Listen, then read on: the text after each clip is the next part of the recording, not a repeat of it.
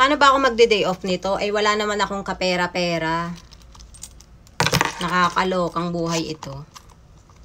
Oh, wala akong kakwarta-kwarta. Maaari baga $20. Tapos coins. Yan lang ang pera ko. Nakakaloka. Paano ako magde-day off nito? Hindi ako pinasweldo ng amo ko kasi kahapon umalis siya.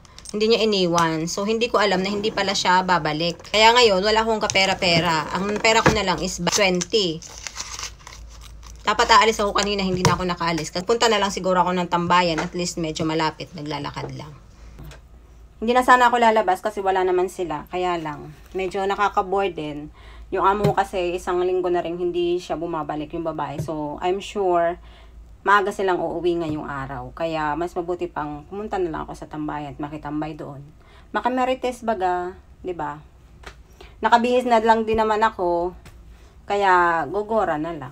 Anyway, hindi naman laging gano'n na nadidelay ang sahod nila. Tsaka isang araw lang naman na-delay. Yun nga lang, expected ko na may pupuntahan kasi dapat ako ngayon at may bibilhin ako. At tsaka, sinaid ko talaga ang pera ko nung mga nakaraang araw. Pinadala ko sa Pilipinas kasi nga, ang alam ko naman ay ngayong day off ay aabot nga sa sweldo ko, tapos biglang ganun ang nangyari.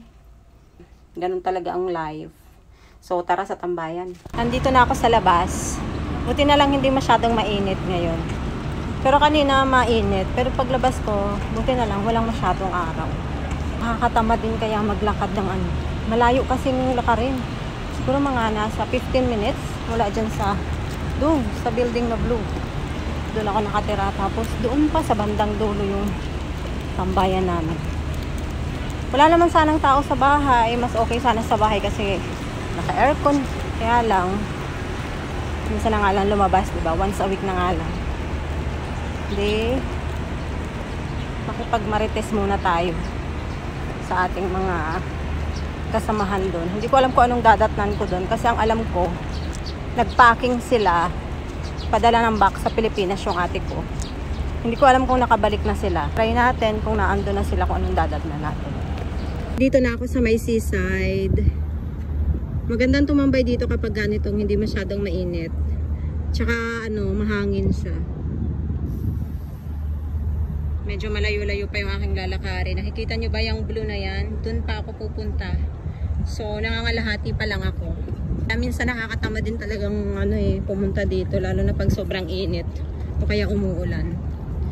Pero ngayon medyo okay naman ang panahon. Pagdating ko dito sa tambayan ay nadatnan ko nga silang lahat na naandito na. As usual, ako na naman ang pinakahuli sa kanilang lahat na halos kada linggo naman talaga ay ako yung pinakahuling dumadating. Pagdating ko nga dito ay yung iba ay kumakain pa at yung iba naman itong aking mga kamarites dito sa kabilang grupo ay nakakain na nga sila. Kaya naman pagdating ko ay hindi na nga din ako nagpahuli at kumain na nga din ako. Mga kamarites for today.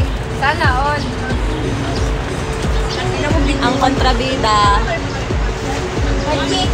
Sige nga nag-post lang. Wala sa video.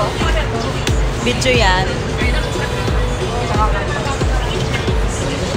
Nang makakain na nga kami lahat ay umusog na nga dito sa pwesto namin yung nasa kabilang grupo para naman magbanding kami at nakikita nyo nga halos paikot na kami dyan at syempre pagka mga ganyang paikot ay alam nyo na kung anong mga pinagagawa at syempre habang may mga nakaharap na mga kulay blue dyan ang bawat isa ay hindi din mawawala ang video okay syempre. Alam nyo naman tuwing linggo yan na nga lang ang aming libangan. Medyo matagal-tagal na nga din na panahon na hindi kami nakakapag video okay din dito sa tambayan namin dahil medyo na-busy ng mga nakaraang buwan at yung iba naman ay mga galing sa bakasyon at may iba din naman silang mga lakad. Kaya nakakamiss din nga yung mga ganitong banding na magkakasama kami. Tuwing linggo na nga lang kasi ay halos 4 nga lang kami dito sa tambayan at talaga namang nakakasawa na sa ang mga pagmumukha namin sa isa't isa. Pero ngayon nga ay marami-rami nga kami kaya medyo masaya ang aming banding. Makanta ay hindi rin talaga maiiwasan na walang marites ay may kanya-kanya nga din kami mga istasyon at meron meron kaming mga kanya-kanya mga pinag-uusapan. At habang ako nga ay busy sa pakikipagmarites sa aking pinsan, ay napansin ko itong pinakapogi talaga sa lahat. Ay sana all na bakit parang hindi tumatagay. Kaya naman ang sabi ko sa kanya ay ano, ganyan ka na lang? Ay hindi naman po pwede yun, na kami lang ang malalasing at siya ay hindi. Kaya naman wala siyang choice, kundi uminom na rin siya. Sadyang masarap nga din talaga mag-inom kapag may ganitong mga video okay, at lalo na kapag marami kayo. Parang napipil tuloy namin na para kaming nasa Pilipinas. Para lang kaming umattend sa mga birthday party dyan sa Pilipinas na usual talaga ay hindi talaga mawawala ng mga video okay. Alam nyo naman tayong mga Pinoy, mahihilig talaga tayong kumanta, lalo na kapag may mga ganitong inuman, kasayahan. Kahit na nga minsan ay wala na nga sa tono, aba ay sige pa rin ang kanta talaga. Isa pa nga nakakatuwa dito sa mga kasamahan ko ay talaga namang kada kakanta ang kanilang mga partner ay talaga namang for the go ang kilig. Mapapasana all ka na lang talaga. Ay paano ba namang hindi ka mapapasana all niyan? Ay maikwento ko nga lang sa inyo ay 12 kaming magkakasama dyan. Bali 5 mag-couple ang kasama namin dyan, kaya bali 10 sila. Kasama ako at saka yung feeling pogi kong kamarites, kaya naging 12 kami. Minsan lang naman kami magkakasama ng mga to at nagkataon nga lang nung linggo na naandyan sila. Wala namang okasyon, nagkayayaan lang talaga, kaya for the go.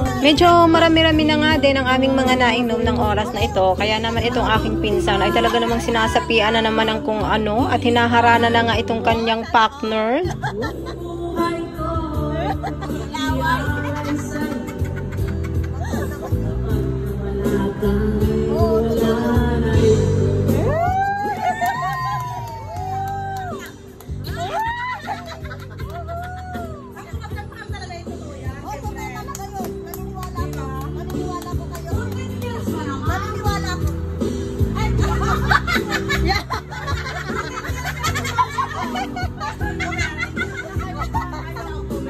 Lumalabas na naman yung aking mga sumpain. Akala ko ikaw ay akin, totoo sa aking paningin, ngunit nang ikaw ay yakapin, akala mo sa akin. Nais kong mapalapit sa'yo, nais kong malaman mo, baliwala lang sa'yo.